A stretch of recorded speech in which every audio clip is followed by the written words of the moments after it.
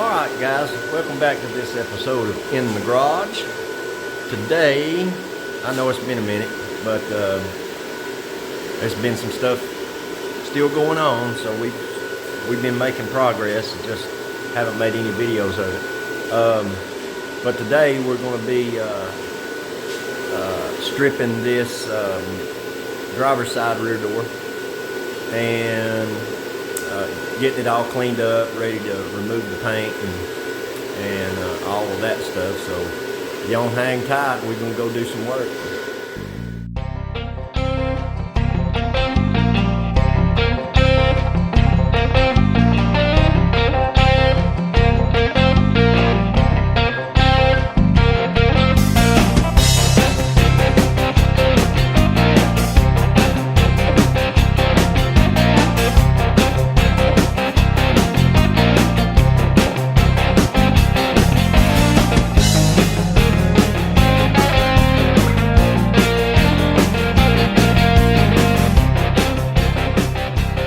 Alright everybody, welcome back. Got some feedback the other day about people who enjoyed the voiceovers. So I told you if you enjoyed them, I'd bring back some more. So here's another, and we'll walk you through what's going on here. I've basically got a wire brush on like an air grinder, and just removing the loose stuff, getting all whatever surface rust is there, getting all that stuff removed so that our epoxy primer has something to stick to. This is, I keep saying that, this is not a 100% restoration job. I always compare the word restoration to my 56 Chevrolet and what I did with it, and this is not that. But at the same time, while I'm not replacing every bolt, I'm not replacing, panels, I'm not doing that sort of stuff, you still need to have the correct surface, to for paint to adhere to. You can't, just because, this is not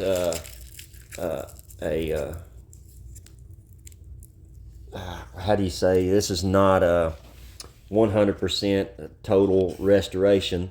I'm still not going to, cut corners. The paint has still got to last, and it's still got to look good, and everything needs to stick, and it needs to, present itself as being professionally done. So all the rust has got to be removed. All the rust has still got to be treated, and panels have to be flat and straight and clean.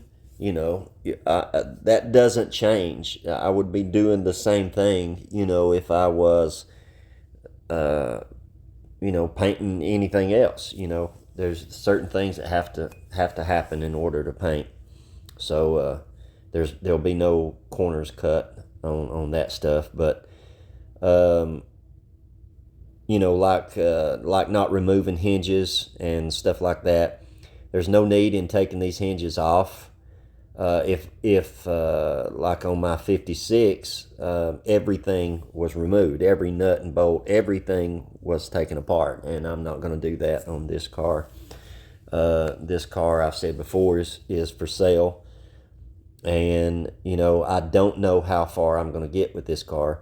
And if it doesn't sell, then I'll go all the way through with the full paint job, and then most likely keep going after that, to interior stuff and making sure everything in the dash works correctly, and all that, entails with getting a car back on the road and making it fun and enjoyable to drive, So, but I'll keep going, until it sells. But right now I've got one of those polycarbonate wheels on a die grinder, and getting all the paint off, and digging all the surface rust out, and it's just going to make the paint job a whole lot better. It's going to make the paint job look a lot more professional and complete, and It's a lot of work. It's a whole lot of work. I think everything in this video that you're going to see took about, right at four hours or so. I did not video removing the glass and everything. That's in another video on the passenger side rear door. This is the driver's side rear door. But I will tell you, if you saw the other video, you witnessed the struggles, and I learned a lot. And removing this window took about 15 minutes versus 45 minutes worth of video on the last video. I was on a struggle bus, man. I'll tell you, I think I said in that video, I've never had the back glass out of a 57 Chevrolet 4-door. So it was all new. Parts were familiar, but the rest of it was not, and I struggled. But this one, I knew exactly where to go, what to do, and the glass just came out like I was some sort of seasoned professional. But this door has been worked on before. You'll see that in a future video. But on this side of the door, there were parts of the inside of the door that were missing. The door latch, not the door latch, but the door handle and the mechanism is missing out of this door. And I have a spare door, but it's for the passenger side, and I don't know if those will transfer. Highly unlikely, but that's why I don't throw anything away until I'm done. If not, then I'll have to find one. The guy that I got this car from has loads of 57 Chevrolets, so shouldn't be that hard to find. But that's one of the things that's missing on this door, and also one of the tracks inside was missing, so that'll have to be replaced. But you can see how clean the metal is on this door. It's really clean, and that's one of the things that that I enjoy about, it's not that removing paint is enjoyable, but it's sort of a insurance policy. I know when I go to put my epoxy that I don't have any worries about the primer sticking or wanting to delaminate or have funny behaviors, because I know that I'm sticking it to clean bare metal, which is specifically what epoxy primer is for. And so it gives a little peace of mind, if you've never done paint and body work. It's an incredible amount of work, and it's not for everybody. That's why paint and body is so expensive. Is the amount of knowledge, patience, the tools, that stuff. That's what you're paying for. You're paying to get your car back nice and shiny, and it lasts, and that you can't tell that it's been worked on. And that costs money, and a lot of people are not. Not a lot of people are not willing to spend that money, and also they're not willing to do that type of work because it is very dirty, it's very time consuming, and some of the tools that you need are not the cheapest in the world. So, a lot of people leave that to idiots like me, and but I have noticed in this panel that it does have a little more rust than the passenger side door. And I'm not really 100% sure why, unless the obvious thing is water got in it worse than it did the passenger side. Just long story short, what I'm doing here is I've got 80 grit on a DA, and I'm wanting to even out that metal. I've stated that polycarbonate wheel doesn't do a lot of damage to the metal. It will, and it can. And so for just to get a good level, even surface, I always go over everything with a DA. And and another reason is where the paint is versus where the paint is not. Like right there where I'm at right now, there'll be a ridge, between the metal and the painted surface. And what I'm doing is leveling out that ridge so that there's not a definite line where the paint is versus where it's not. And again, that goes back to a professional look. You don't want to, obviously, the majority of people are never going to see inside the door panel, but there's still steps that have to be taken, to ensure you have a good, long-lasting paint job. But like I was saying, a lot of people are not willing to do this work. A lot of people don't have a place to do it, and to be just honest with you, I don't have a place to do it. This is in my two-door attached garage, and it's a little inconvenient. So right now I'm doing just an initial feeling and pointing out where my lows and where my highs are. At this point, I did not know that there was body work. Now you see all the white dust flying off that wheel. That is all body work. That's all body filler. And what I'm seeing so far is not any big dents or really bad damage. Probably just uneven metal is what I'm thinking right now. Because I can't see what's beneath the surface yet. But whoever did the body work, it looks like it was done probably in the 60s, if I had to guess. And they truth be told, they done a really good job. That's a testament of how long body work will last if it's applied correctly. I've said it before, if polyester filler is applied to a properly prepped surface, it will outlast the paint. And this is proof. I'm literally having to take a polycarbonate wheel to get that old bodywork off the metal. That's how adhered it was to the metal, which is like I said, that's just a testament of how good that stuff actually is. And there's nothing at all in the world wrong with using body filler. It's an absolute must. It is a mainstay in every body shop, everywhere on the face of the planet. And it's just got a bad rap by people misusing it. Notice down there along the bottom of the door, there's a lot of rust. So that's something we'll have to contend with later. At the bottom right of the door, I have noticed where there's been some hammer and dolly work done. All this stuff we're going to have to contend with later, but right now I just want to get it down to clean metal and get a nice clean canvas so I know exactly what it is that I'm working with, and I'm not fooling with somebody else's. Like my dad used to say, I'm not stomping around in somebody else's mud hole.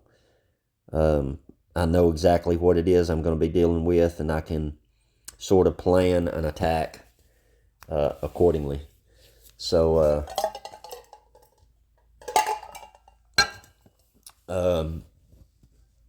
that's another reason that I really like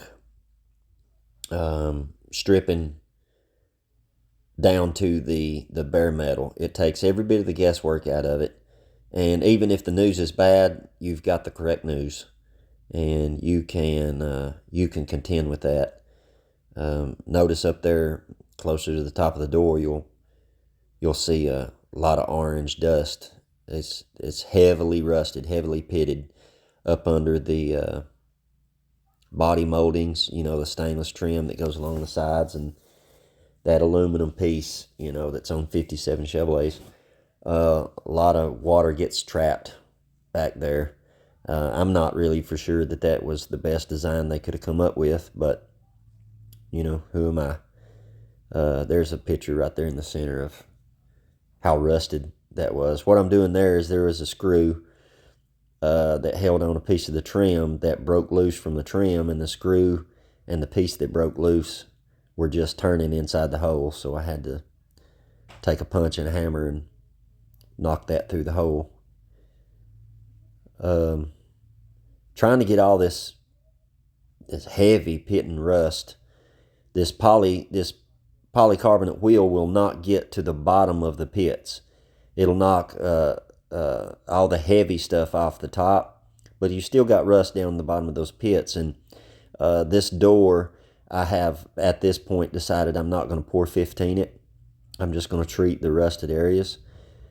So later on, possibly next video or video after that, I'll contend with that rust in the bottom of those holes, all those pitted holes.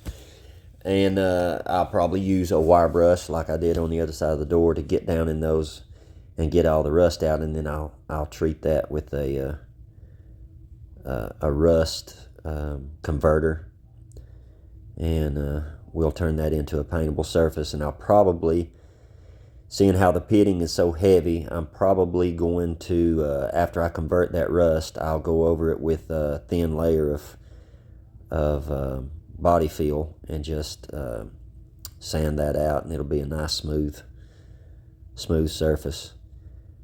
While I'm doing all this stuff, I'm also taking note of where the dents are, because there's several right there where the door handle goes. It looks like the door handle itself got hit pretty freaking hard, and caused a dent where the door handle bolts to the door. In both locations, both bolts are dented around both those holes, so that'll have to be dealt with. I can get behind that panel. There's plenty of room behind that panel, but there's not plenty of room behind that panel to swing a hammer. So it's going to be tough to knock those dents out, and if it turns out that I can't, then I'll have to fill them. They're not deep. They're probably 1/16 of an inch or so, but plenty bad enough they're going to have to be contended with. So we're just about done with this door. This took probably, I'd say in total, an hour and 50 minutes or so to completely strip this panel. Not too bad, but I have some subscribers that are not in this country. I have some from Germany and several other countries in Europe, and some in Canada. And I know our brothers and sisters north of us in Canada are feeling the heat wave. They've got that big massive fire going on up there, and but my point was, it is just screaming hot, screaming hot down here in southeast United States. And it's not that the temperature is extremely high, which it is. It's in the low 90s. But what gets us really is the humidity. The humidity is unbelievable hot. But we're just about done with this thing. Going back over it with a DA, leveling out, all the metal to where, if that polycarbonate wheel did do any damage, we're going to try to resurface and not make it quite so obvious. You saw me feeling around up there. That was a dent.